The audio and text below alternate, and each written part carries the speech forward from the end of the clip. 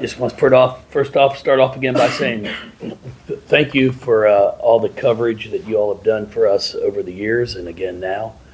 It's much appreciated, and I promise you not taken for granted. Looking forward to this ball game. Another, exciting game with Kentucky in front of us. They're playing really well at 6-0. Good guard play, good post play. Expecting a great basketball game. I mean, the game up there last year was very good. It went to overtime.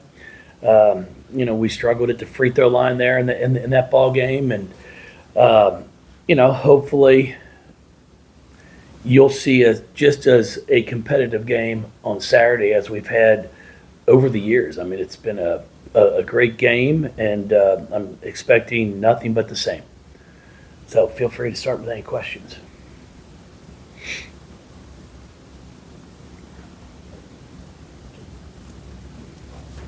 I was going to ask about free throw. This team seems to be better than what you had recently with free throw. Is that something? I mean, is it mental, or what is it when you get to the line? It's a routine. I mean, it's just a routine. You go up and you do the same thing. Instead of worrying about the ball going in the basket, you step up there. You've got, if it's 2 dribbles, 3 dribbles, whatever it is, just do your routine, and the result will take care of itself. Practice and repetition, and then the belief that it's going to go in. We have shot it well, and hopefully we'll continue to do that. Laura Ziegler, obviously at 17-18 at the line, is quite impressive, and having someone that's gotten to the line and then is able to make them is a huge advantage.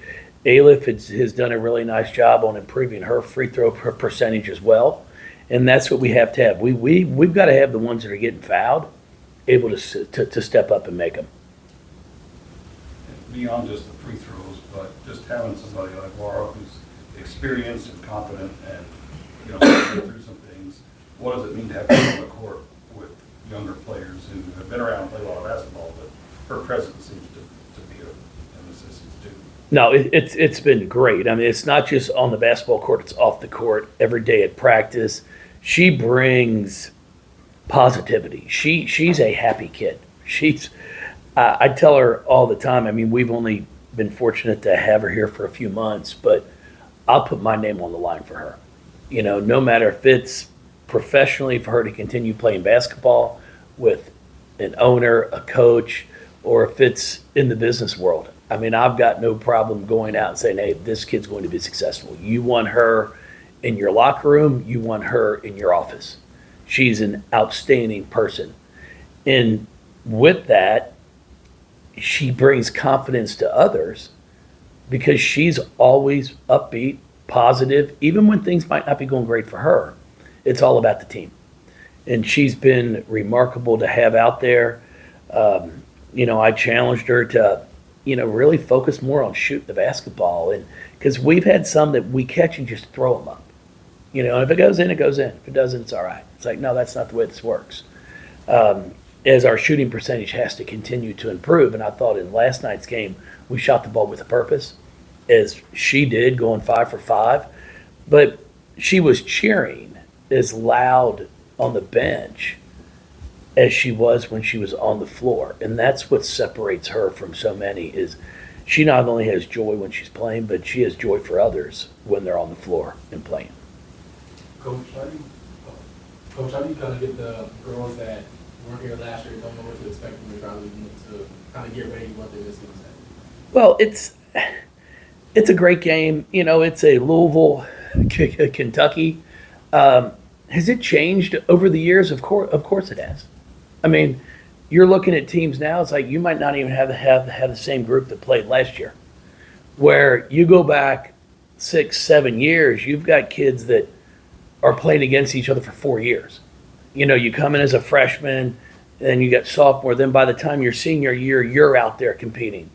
Now, everybody's just putting a new team in place. So for the players, it's a big game. There's no question about it. It's just different. For the fans, it's still the same. It's Louisville, Kentucky. But it's something else. How over the years you start realizing these kids that are playing against each other have possibly played on each other's AAU team. They've played each other in the summers for 50, 60 games. They're friends off the court. So it's not like the old days where, you didn't see people. You might not even have known them, but you just played against them. So it's changed some. But for us, we know the importance of this game. It's a top 25 game.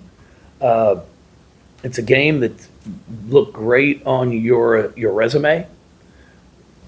And we're coming out here, we're preparing for it, and it should be a great environment. I'm hoping everybody can watch the football game at noon and work their way out to our game. I'm going to see if we can't get the football game up on the big screen before our start. So if the U want to come out to the game a little bit early, we'll hopefully have that playing, so you can sit there and watch that, and then be in the seat for tip.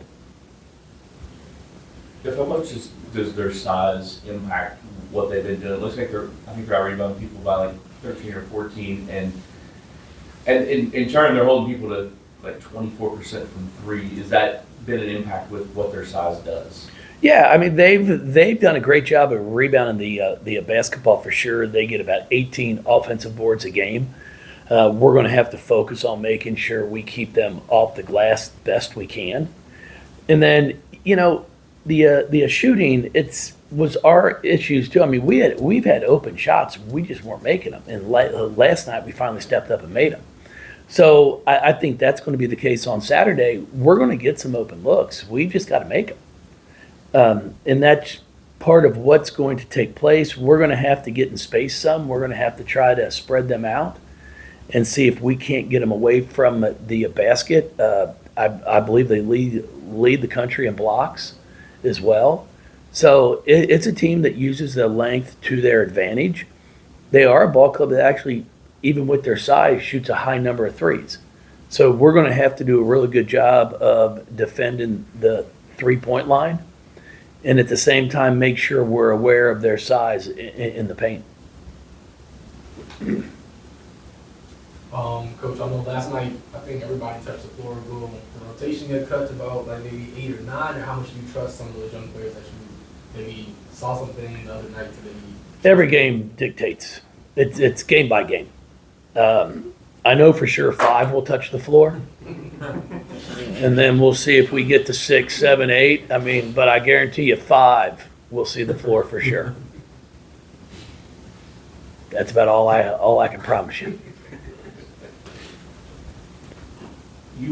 You've had 3 players that were out last night, but is Putra, she back with you? Kind of. She's back. She got back late last night from her trip with her Ukrainian national team.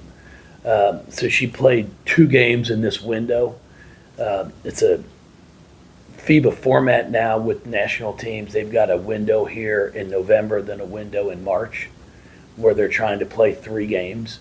And then how you do in those games will either allow you to qualify for the qualification rounds or not. So it's important for her country that she's able to play, and I think they went 2-1 in those 3 games, which was great. But she is back. She might be sleeping right now, but she'll be at practice at 1. How key is it to get some of those minutes last night to, not only just for confidence, but for down the road? And you never know when you might need someone to go in there and play. No, it's really important. It's good, not just, for confidence. It's good for your team morale.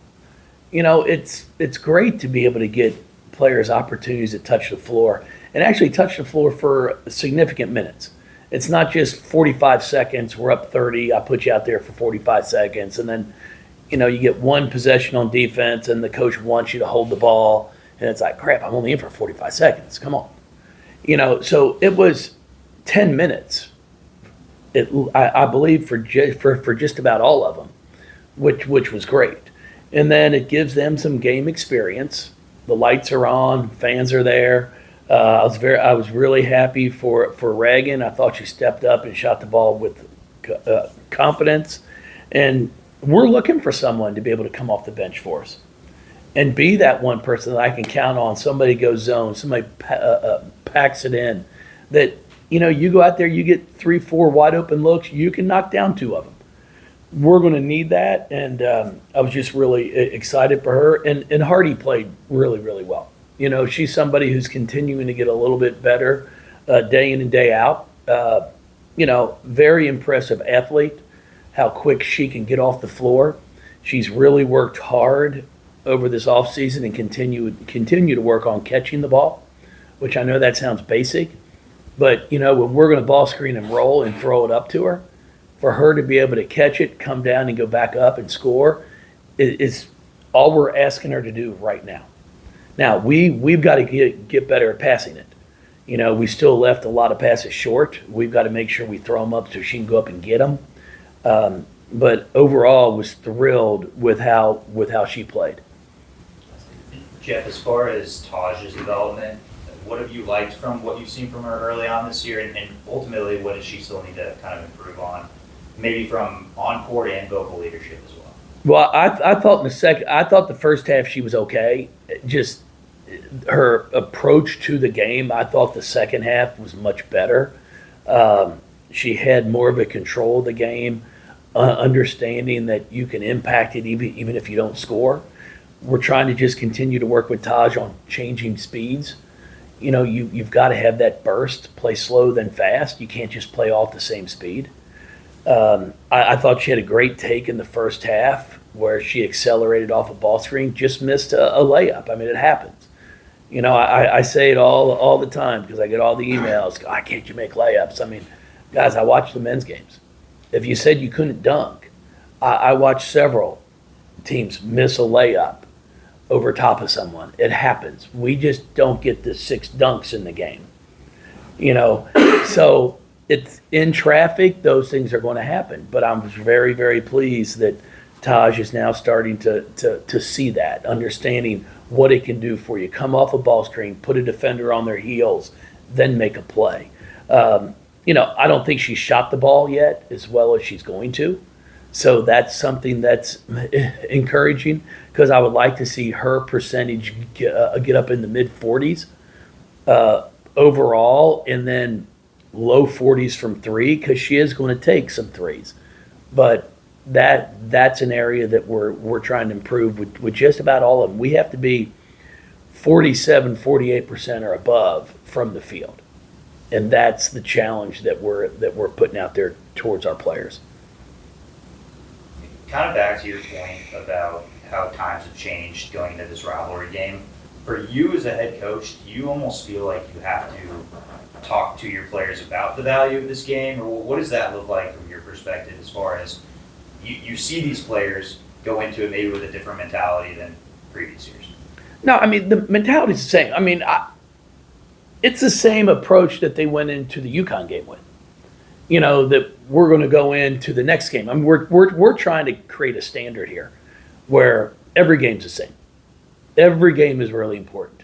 Sure, we understand this. I mean, it's Louisville, Kentucky. So we're not going to hide from it and say it's not a big game. Of course it's a big game. But it's going to be our 6th game. It's going to be their 7th game. We've had years where we've won these things and got beaten the second round. In 13, we gave up a 4-point lead with about 40 seconds left. We lose it at home and we play in the Final Four. So it's obviously a really important game, but it's not going to make or break either one of us. But it is good to be able to go, okay, it's another top 20 team. Here's where we are in early or mid-November.